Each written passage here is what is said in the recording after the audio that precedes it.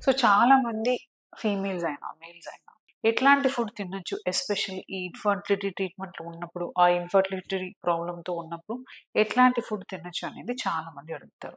So food అనేది especially vegetables, green leafy vegetables. Green leafy vegetables అనేవి చాలా important అండి.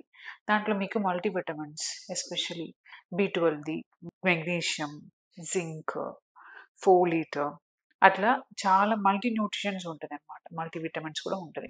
సో గ్రీన్ లీఫీ వెజిటబుల్స్‌లో. అండ్ దెన్ కొన్ని వెజిటబుల్స్ ఎస్పెషల్లీ రా వెజిటబుల్స్‌లో కూడా you have lot of nutritions అనమాట. సో బేసికలీ వెజిటబుల్స్ అనేది మీరు ఎక్కువ తీసుకోవాలి. And then next berries, strawberry, blueberries అట్లా బెర్రీస్‌లో మీకు యాంటీ ఆక్సిడెంట్స్ అనేది ఎక్కువ ఉంటది. Other than this zinc and magnesium, antioxidants అనేది చాలా రిచ్ ఉంటదనమాట. ఈవెన్ బ్లూబెర్రీస్ అనేది సెల్ డ్యామేజ్‌ని రివర్స్ చేస్తదని కూడా చాలా మంది చెప్తారు. సో బ్లూబెర్రీస్ అండ్ దెన్ ఇంకా ఫిష్ అంటే ఎస్పెషల్లీ సాల్మన్ ఫిష్ అంటారు. సో ఫిష్‌లో కూడా మీకు it's protein rich. It has omega 3 fatty acid which is the essential fatty acid. So మీరు అది తీసుకుంటే కూడా మీ సెల్ డ్యామేజ్ రిపేర్ చేయడానికి అండ్ దెన్ యాస్ బాడీకి మంచిగా ఎనర్జీ కూడా ఇస్తది. సో యాజ్ సచ్ ఇది మైటోకాండ్రియల్ సెల్ ఫంక్షన్‌కి చాలా హెల్ప్ చేస్తదనమాట.